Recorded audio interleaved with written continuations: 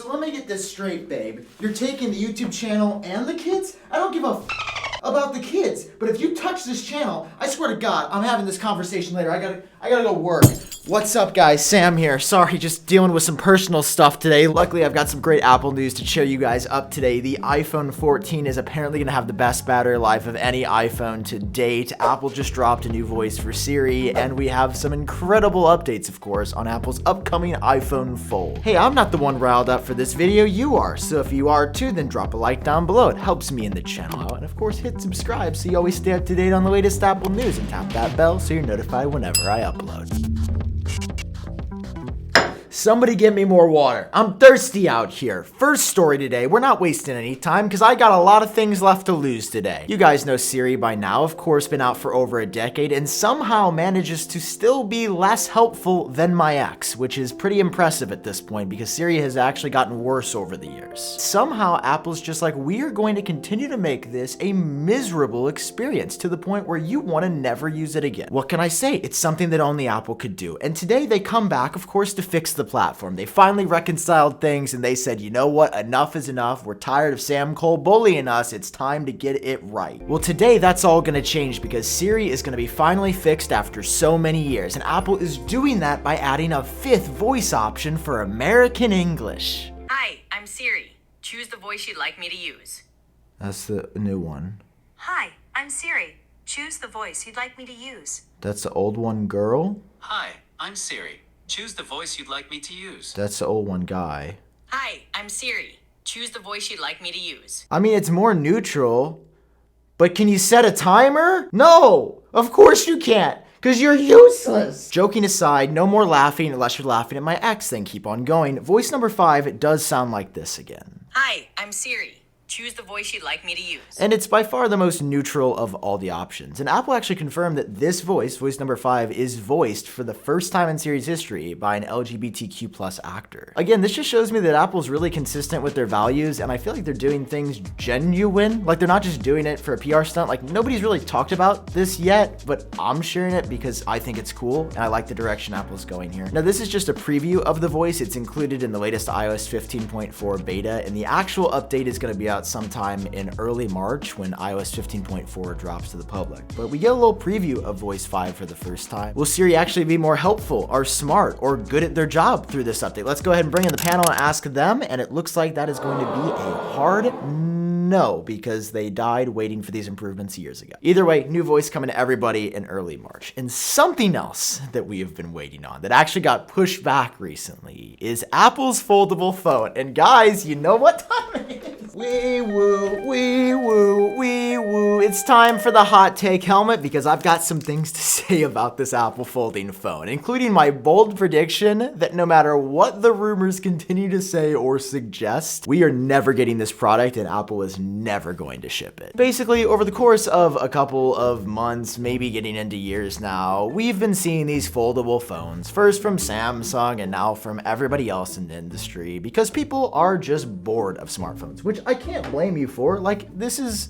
been consistently a square. I don't think it's innovation, but let's just call it that for the fun of things. That yes, things are changing and some people are gonna buy foldables, but here's the thing, I hate them and I don't want them to exist, and I think that they're dumb in nearly every regard. Now, to be clear here, I'm not saying that the technology of a folding or flexible screen is not really cool or potentially has some application in the future in some way. I'm just saying that the idea that a phone goes from this to this, I don't really see the benefit, which is why I am incredibly excited to announce that Apple has delayed the folding phone until at least 2025. This is according to Ross Young, who is 100% accurate. He's a very renowned display analyst who has not gotten anything wrong yet. And I can't believe I am this excited because normally I'm super sad we're not getting a product, but I'm incredibly happy that Apple is thinking through this one. It goes back to my fundamental argument about foldable phones, which is that I don't see any actual benefit over what we have now. Like, what is it genuinely improving? I'm not saying it augments the usage in some way or like bigger screen, but it doesn't change this. Like, I think the next step is going to be the AR glasses or the VR head. You know, it's going to be something totally different or more immersive or unique. It's not just going to be phone but fold phone but thinner.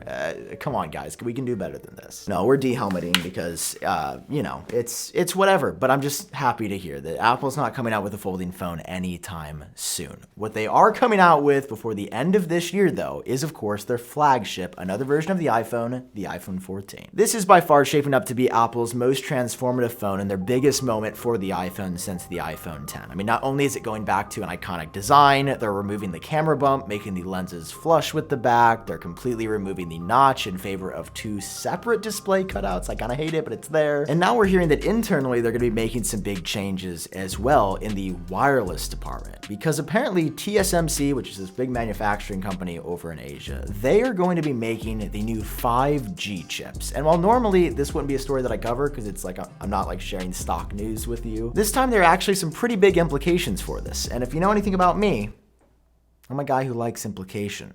Unless you're my ex, in which don't ever talk to me again. Listen, the reason this matters is that compared to 4G, 5G modems and chips take a lot more power, meaning that the tiny batteries that Apple crams inside of the phones that are already size constrained because of how sleek the phones are, these take a lot of power to power the 5G stuff. As I mentioned, a part of that equation is the 5G chips inside, and there's gonna be this new 6 nanometer process that makes them not only smaller on the iPhone 14, but also more energy and power efficient before, so they're not going to suck as much battery. Now, to be clear here, this is by no means 100% confirmed that the iPhone overall is going to have better battery. I'm just saying that one component of the iPhone is getting smaller and more efficient, which could be less hard on the battery and potentially leave more room for a battery inside. That being said, Apple could also say, oh, that's great, we saved there. Let's add this super power intensive thing that completely eliminates that gain to improve the phone's feature set in some other way. So we'll have to see if that happens. But with this new chip, there's also more silver lining here. Silver lining, what am I saying? This is all good so far. This is diamond lining. This chip is also going to enable Wi-Fi 6E, which is a faster Wi-Fi technology as well. That was said to come to the iPhone 13. It didn't end up happening. Looks like we know why is because Apple didn't have these new chips inside of here. So essentially, there's good evidence that the battery life on the iPhone 14 will be getting better until we hear something else, but the Wi-Fi 6E stuff is just good all the way around. And the even better news is that this is going to be internal in all of the iPhone 14s. This is not just a pro feature or just a low-end feature.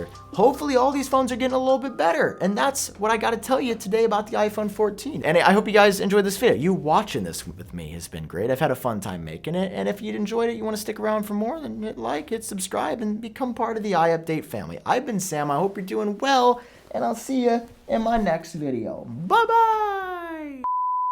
What do you mean you're taking the kids? What do you mean you're taking the house? What am I gonna have left? My dignity? Shut up, bitch. Who I gotta talk to get this figured out, alright? Because I've been doing this for way too long, alright? I'm getting real pissed off, so figure it out, okay? Oh god, wait. That actually shattered. Huh. What do you mean you're taking the kids? What do you mean you're taking the car? Oh, and you're gonna grab the house too. Why don't you grab this nice little plant while you're at it?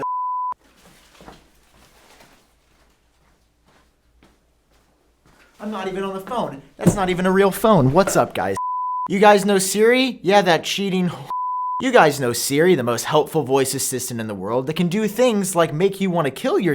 Listen, you guys know Siri, the best voice assistant in the world, you know, that can make you not want to harm yourself.